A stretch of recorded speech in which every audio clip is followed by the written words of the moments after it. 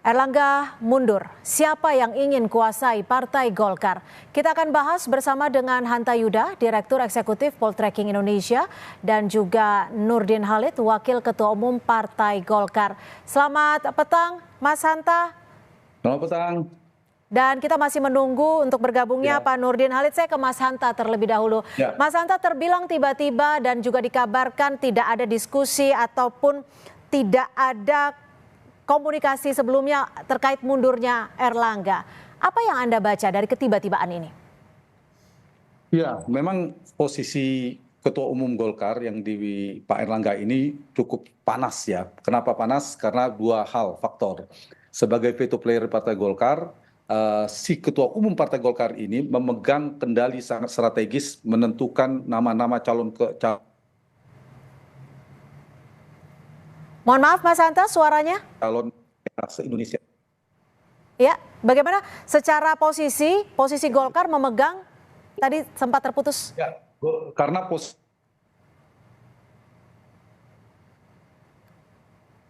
Ketua Umum Golkar ini sangat strategis per hari ini. Satu adalah dukungan tanda tangan Ketua Umum Golkar saat ini itu sangat menentukan calon gubernur, bupati, wali kota lebih di 500 lebih. Jadi ada momentum pilkada serentak. Jadi kalau Ketua Umumnya berganti, ada indikasi posisi-posisi wilayah strategis itu bisa berubah. Nah, bisa jadi yang melatar belakanginya juga ada dinamika terkait dengan nama-nama yang tidak sinkron antar beberapa pihak aktor politik di dalam penentuan dinamika calon kepala daerah, terutama di Golkar. Yang kedua, posisi player Ketua Umum Golkar itu sangat menentukan nanti di pergantian suksesi pemerintahan baru Prabowo Gibran, itu juga memiliki hak prerogatif tanda petik siapa menteri yang akan dikirim oleh Ketua Umum Golkar ke pemerintahan baru. Jadi dua kekuasaan sangat strategis itu yang membuat posisi panasnya kursi Pak Erlangga. Di saat yang sama kita tahu sebelumnya Pak Erlangga juga punya titik lemah terkait dengan kasus hukum misalnya yang sebelumnya sempat ada. Nah, ini yang kita bisa lihat bisa jadi berkelindan. Nah, kalau begitu, apa penyebab yang mendorong mundurnya Pak Erlangga? Menurut saya ada dua faktor. Satu, faktor internal dan eksternal. Faktor internal yang ini adalah pola Golkar, karakteristik Golkar, yaitu di mana turbulensi faksionalisme atau faksionalisasi di internal Golkar itu biasanya menajam di beberapa momentum politik. Apakah menjelang pemilihan presiden, penentuan presiden dari Golkar, atau yang kedua bisa jadi ketika akan ada Munas. Nah, ini bisa jadi riak-riaknya sudah agak muncul. Misalnya ada suara yang menginginkan mendukung Pak Ganjar Pranowo pada saat itu, dan seterusnya. Kemudian ada suara yang evaluasi Pak AH yang sudah cukup lama, padahal kinerja elektoral cukup berprestasi Pak AH. Yang kedua faktor eksternal, ini yang menarik. Faktor internal ini adalah kemungkinan goncangan badai dari luar. Ya, biasanya kekuasaan yang tidak bisa jauh terkait dengan pengaruh di dalam Golkar. Nah, dari dua faktor tadi yang saya sebutkan itu yang melatar belakangi tampaknya Pak Erlangga tiba-tiba harus mundur sebagai Ketua Umum Golkar. Baik, sudah bergabung bersama kami Wakil Ketua Umum Partai Golkar, Pak Nurdin Halid. Selamat sore, terima kasih sudah bergabung. Saya langsung saja. Pak Nurdin, kalau tadi sempat disebutkan Mas Hanta, ada turbulensi, ada riak-riak, ada goncangan dari luar. Betul seperti itu? Sebagai Wakil Ketua Partai Golkar, ya, memang sebetulnya secara pribadi mengagetkan tiba-tiba Ketua Partai Golkar mengundurkan diri. Tetapi kemudian kita bisa memahami dan sangat menghormati daripada alasan yang sangat pribadi pengunduran diri Pak Erlangga Hartarto. Dan kami tidak membaca dan tidak melihat sama sekali ada turbulensi dari luar, ya. Ya kalau pengamat ya bisa saja mengatakan seperti itu. Tapi kami secara internal di Partai Golkar sebetulnya baik-baik saja, tidak ada hal yang perbedaan yang menjurus kepada perbedaan yang bisa menciptakan perpecahan sebetulnya di Partai Golkar. Kita sekarang fokus konsentrasi untuk menangkap pilkada di mana Ketua Umum Pak Erlangga dan rapat pleno yang lalu kita mencanangkan untuk memenangkan pilkada 60%, dan proses untuk itu sekarang ini sudah menuju pada puncak untuk penetapan calon peserta pilkada itu. Nah, ini memang tiba-tiba Pak Erlangga mengundurkan diri itu alasan yang sangat pribadi dan tentu kita tidak bisa mengetahui apa yang sangat pribadi. Tapi begini Pak Nurdin, sebetulnya bahwa ya. Tapi kalau dari secara pengalaman Partai Golkar merupakan salah satu partai terbesar di Indonesia, pernah tidak ada seorang ketua umum yang mengundurkan diri atas nama pribadi tanpa konsultasi, tanpa diskusi terlebih dahulu, dengan alasan menjaga keutuhan partai? Eh, Sekarang partai itu sebetulnya kalau itu hanya alasan yang untuk kepentingan publik saja sebetulnya itu. So kalau secara internal sekarang partai sangat utuh ya, tidak ada hal-hal yang bersifat gonjang-ganjing, tidak ada hal yang sangat mengkhawatirkan untuk menciptakan perusahaan partai kemudian perlu dijaga keutuhannya. Sekarang Partai Golkar sangat utuh dan sangat solid ini. Dan ini termasuk sepanjang apa namanya tahun 2000 dari tahun 2014 sampai dengan tahun 2000 sekarang inilah Golkar ini partai apa namanya kondisi Golkar sekarang sangat solid dibanding 2015 ke 19 itu. Nah, 2019 ke 2024 ini Partai Golkar sangat solid. Memang tahun lalu menjelang rekrutmen pileg itu ada area-area kecil, tapi itu hanya segelintir kader Golkar, hanya segelintir betul kader Golkar yang menghendaki Munaslup karena apa namanya menganggap Pak Erlangga gagal untuk mencalonkan diri sebagai calon presiden maupun wakil presiden. Nah setelah kita mengevaluasi, kita menganalisa tidak ada kegagalan Pak Erlangga, justru kenegarawan Pak Erlangga melihat realitas politik bangsa ini dan kemudian kehendak rakyat, aspirasi rakyat melalui survei, beliau realistis sekali bahwa untuk apa kita maju kemudian kita tidak bisa menangkan secara survei pun kita hampir pasti tidak bisa, elektabilitas tidak pernah bisa beranjak. Justru itu adalah memperlihatkan Pak Erlangga seorang tokoh yang sangat menghormati daripada aspirasi rakyat, kemudian mementingkan kepentingan negara yang lebih besar dibandingkan kepentingan pribadinya maupun kepentingan Partai Golkar. Itu tunjukkan. Kemudian kalau ada yang mengatakan bahwa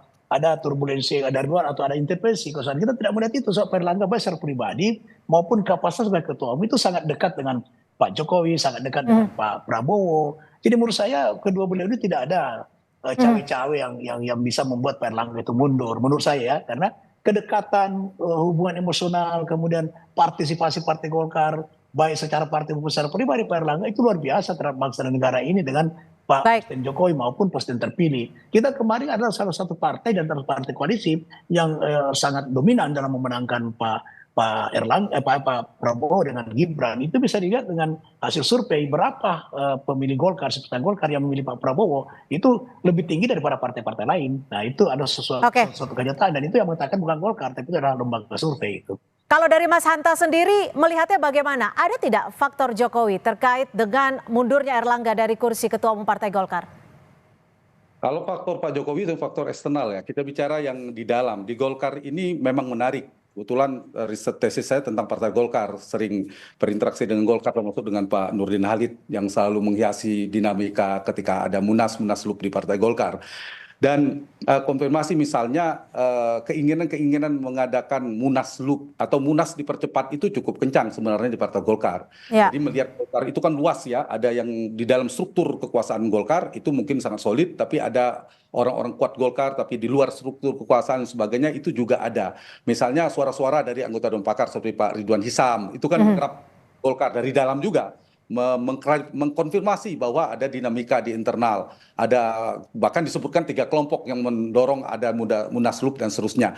Sehingga meskipun mana yang paling kuat, saya pikir tidak bisa dipungkiri ada faktor di Golkar, bukan sesuatu yang buruk di partai, ada faksionalisme. Itu justru membuat partai itu sehat, tinggal partai itu bisa mengelolanya. Turbulensi faksi itu justru menjadi titik membuat partai itu semakin kuat. Nah, poin saya tidak bisa dipungkiri ada keinginan antara Munas tetap di Desember, Munas dipercepat, belakangan kemudian Munaslup. Dan dengan mundurnya Pak Erlangga, maka itu membuka pintu kemungkinan Munas dipercepat alias Munaslup. Itu realitas yang pertama, bahwa kapan Munaslupnya, apakah akan aklamasi ketua umumnya, apakah akan ada pemilihan secara terbuka dan seterusnya. Itu satu. Yang kedua, saya menjawabnya begini, pertanyaan Sita tadi bahwa pemilihan Ketua Umum Golkar sebelumnya, tidak hanya sekarang sejak era Pak Akbar Tanjung, Pak Abu Rizal Bakri, Pak Yusuf Kala, Pak Setia Novanto, Pak Airlangga Hartarto, ada 3 faktor sangat menentukan variabelnya. Dari yang pertama sampai ketiga, yang pertama yang paling kuat, faktor pertama adalah faktor pengaruh dan restu kekuasaan. Tidak bisa dipungkiri. Silakan buka rekam jejaknya. Yang kedua adalah faktor di mana pengaruh dari kekuatan logistik. Dan yang ketiga adalah faktor kekuatan jejaring pemilik suara, organisasi, DPD dan sebagainya. Tetapi kalau diurut itu biasanya yang menang adalah yang dekat dengan kekuasaan. Betul kata Pak Nurdin, semuanya dekat, semuanya dekat, apalagi Pak Erlangga sangat dekat sekali kepada Presiden. Tapi biasanya itu kalau nanti dibuka setelah ini pertarungannya, itu yang paling dekat dengan Presiden biasanya menangkan pertarungan. Kita buka saja Pak Arbo Tanjung saat itu sangat dekat sekali dengan Pak Presiden Habibie, Pak Abu Rizal Bakri, Pak Yusuf Kala, apalagi di dalam pemerintahan Pak Abu Rizal Bakri dengan Pak SBY,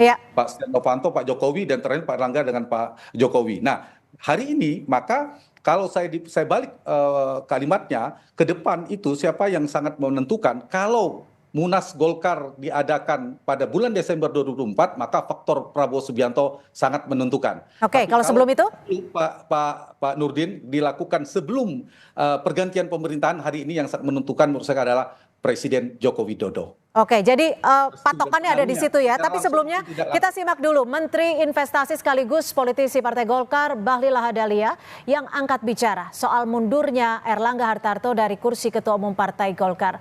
Bahlil mengaku tidak tahu menahu soal dinamika yang terjadi di dalam internal DPP Partai Golkar karena ia tidak masuk ke dalam kepengurusan. Saya nggak tahu ya, saya betul kader Golkar, tapi sekarang kan bukan pengurus DPP, jadi saya tidak tahu apa yang terjadi di sana. Ya. Tapi mundurnya Pak AH itu akan mengganggu persiapan pilkada nanti nggak sih Pak? Oh, saya no comment lah kalau urusan itu. Baik, terima kasih Bapak. Ini kalau dari partai sendiri, dari internal partai, biasanya memang untuk seorang kader, apalagi untuk seorang Pak Bahlil gitu, tidak mengetahui terkait dengan pengunduran diri dari Ketua Umum Pak Erlangga? Pak Nurdin? Saya tidak paham itu ya. Saya juga tidak mengetahui kenapa tiba-tiba Pak Erlangga mundur karena hampir setiap saat saya selalu berkomunikasi dengan beliau dan tidak ada informasi. Nanti pada hari Sabtu, itu hari Sabtu baru beliau menyampaikan. Jadi kita pun tidak, padahal kalau Pak Bahlil saya nggak tahu karena beliau sama-sama di kabinet, apa dia tahu atau tidak tahu. Tapi memang yang paling tahu itu adalah istri beliau sendiri. Kalau kami ini ya nanti pada hari Sabtu sore sampai malam beliau mengambil keputusan, baru kami pahami kenapa beliau harus mundur. Dan itu menurut saya beliau mundur di tengah-tengah keberhasilan berprestasi memimpin Partai Golkar, memenangkan Pilpres. Itu secara pribadi itu sangat elegan untuk Pak Erlangga. Nah sekarang kami ini sebagai wakil ketua umum, ada 11 wakil ketua umum, ini harus menjaga marwah. Tapi gini Pak Nurdin, kalau ini kan salah satu, tapi gini, salah satu ya silakan. Salah satu keandalan keunggulan Partai Golkar adalah di dalam prosesi memilih pemimpin itu demokratis ya. Karena roh Partai Golkar setelah era reformasi itu adalah proses demokratisasi. Kenapa Golkar sampai saat ini masih eksis ya? Karena tidak nomor 1, nomor 2 dan kebanyakan nomor 2 tidak pernah dibawa dari itu karena konsistensi daripada Partai Golkar dalam melakukan prosesi demokratisasi di internal Partai Golkar. Oke, Pak Nurdin, kalau dari internal partai sendiri melihat mundurnya Pak Erlangga Hartarto seperti apa? Reaksi dari internal? Ya memang sebagian besar daripada kader Partai Golkar, DPP maupun DPD 1 itu memang sebetulnya mengagetkan dan menyayangkan. Tapi setelah kita mendengar pertimbangan yang rasional, yang produktif ya demi eksistensi Partai Golkar ke depan, maka kami bisa memahami dan sangat mengerti serta memberikan apresiasi dan penghormatan yang sangat tinggi kepada Pak Erlangga karena jasa beliau yang luar biasa di Partai Golkar. Tidak pernah Golkar sejak 2014 itu sesolid yang seperti yang terjadi sekarang ini. Itu karena kepemimpinan Pak Erlangga. Tetapi itu ada suatu hal yang sangat pribadi, yang saya pribadi itu kami tidak tahu sama sekali. Mungkin hanya beliau dengan keluarga yang mengetahui. Nah itu yang membuat daripada kita bisa memahami semua alasan pengunduran diri Pak Erlangga. Oke, Mas Hanta, ada setidaknya 2 nama yang menguat di publik. Ada nama Andi Gumiwang dan juga Bahlil Lahadalia. Bagaimana, Agus Gumiwang, maaf. Bagaimana Anda melihat kedua nama ini? Ya, keduanya memiliki potensi besar ya, Pak Agus Gumiwang. Itu jadi apa dulu Pak Anta itu? Yang 2 nama itu jadi apa? Tanya dulu. PLT dulu Pak, PLT. Oh PLT. Kalau PLT menurut saya Agus Gumiwang ya. Kalau untuk PLT itu harus dari pengurus DPP. Tidak Ah. boleh Betul, PDP. kalau PLT. Betul. Jadi rapat plenonya kapan rencananya, Pak Nurdin? Rapat pleno insya Allah besok malam, insya Allah mudah-mudahan mohon doanya tidak ada halangan dan kami terus ini mulai hari ini kita berkoordinasi pada wakil ketua umum karena yang punya peluang untuk menjadi PLT itu adalah salah satu dari 11 wakil ketua umum. Ya. Oke, Pak kalau munaslupnya sendiri kapan nih Pak Nurdin? Karena kan sesuai jadwal Desember. Tapi tadi hitung-hitungannya akan mempengaruhi nih siapa sebenarnya yang akan mempengaruhi ketika itu diputuskan Desember atau lebih cepat sebelum Oktober atau saat masa transisi? Jadi mekanisme Partai Golkar itu sudah jelas bahwa anggaran dasar mengatakan bahwa Munas itu dilakukan sekadar 5 tahun dan 5 tahun itu ditetapkan sejak dilakukan Munas. Nah Munas kita Desember 2019 maka Munas itu 2024 apabila ada hal-hal yang di luar itu maka dilakukan Munaslup. Mekanisme Munaslup ada tahapan. Ya. Hanya di 2/3 dari DPD 1 yang menghendaki kemudian laporkan ke DPP wajib melaksanakan daripada Munaslup tersebut. Nah yang kedua permintaan DPP sendiri. Tapi Munaslup kalau permintaan DPP itu harus didahului dengan Rapimnas. Rapimnas Nasional ada forum pengambilan tertinggi di bawah Munas yang berhak institusi yang berhak memutuskan Munaslup atau tidak Munaslup. Oke. Nah, beda kalau Munas biasa. Kalau Munas biasa Desember tidak perlu Rapimnas dan itu sudah diputuskan dalam Munas yang lalu. Nah, inilah nanti akan kita diskusikan di dalam rapat pleno pada Besok malam 13 atau sesudah tanggal 13 gitu. Oke, baik. Artinya kita masih menanti. Fokus kepada pemilihan PLT Ketua Umum. Mas Hanta, tadi kan Pak RK, Kang Ridwan Kamil juga menyebutkan bahwa mundurnya Erlangga Hartarto merupakan hal yang wajar sebagai bentuk dinamika politik. Bagaimana Anda melihat ini? Mas Hanta. Iya, tadi sudah diklarifikasi juga oleh Pak Nurdin Halid ya, bahwa udah keputusan pribadi. Realitasnya sekarang Pak Erlangga sudah mundur, tentu punya catatan prestasi elektoral, beliau juga bagus itu. Nah, cuma tadi pertanyaan Cynthia tadi saya luruskan, saya kira Pak Bahlil dan Pak Agus Gumiwang itu konteksnya Munaslup. Kalau PLT itu memang Agus Gumiwang karena nama itu cukup kuat mengarah ke sana. Tapi kalau nanti Munaslup biasanya lihat mereka punya posisi publik, ketua DPRK, menteri, wapres, biasa itu menjadi kandidat kuat. Yang kedua biasanya mendapatkan restu dan pengaruh dari kekuasaan. Itu dua faktor yang dilihat. Barulah nanti mempengaruhi pemilik suara. Nah kalau namanya Munaslup menarik saya, kalau PLT saya kira sudah arahnya sudah jelas ya, harus satu di antara 11 waketum itu mungkin Pak Agus Gumiwang. Nah, Agus Gumiwang mungkin akan menjadi calon kuat dari kelompok struktur yang sekarang sudah ada. Bisa jadi nama Pak Bahlil seperti pertanyaan Cynthia tadi yang katanya sangat dekat dengan Pak Jokowi. Tentu Pak Agus juga dekat. Yang ketiga bisa jadi Pak Bambang Susatyo yang hari ini sedang bersilaturahmi ke Pak Surya Paloh, bisa jadi akan masuk nama-nama itu, tiga kuatnya. Tapi di luar itu bisa jadi Pak Doli Kurnia juga bagus, Pak Nurdin Halid juga sudah sangat bisa jadi masuk jadi ketua umum banyak. Tapi tiga yang tadi saya kira sangat mungkin ya muncul dalam kontestasi pemilihan suksesi Partai Golkar ke depan. Tapi gini, ke Pak Nurdin bergantung nanti jadwalnya. Ada PLT ditentukan, nanti menentukan Rapimnas, baru Munaslup. Nah di Munaslup ini kapan waktunya? Kalau Munaslupnya sebelum Oktober, maka faktor Pak Joko Widodo sangat penting itu. Tapi kalau Munaslupnya setelah 20 Oktober, faktor Prabowo Subianto yang lebih besar. Di luar faktor internal yang seperti Pak.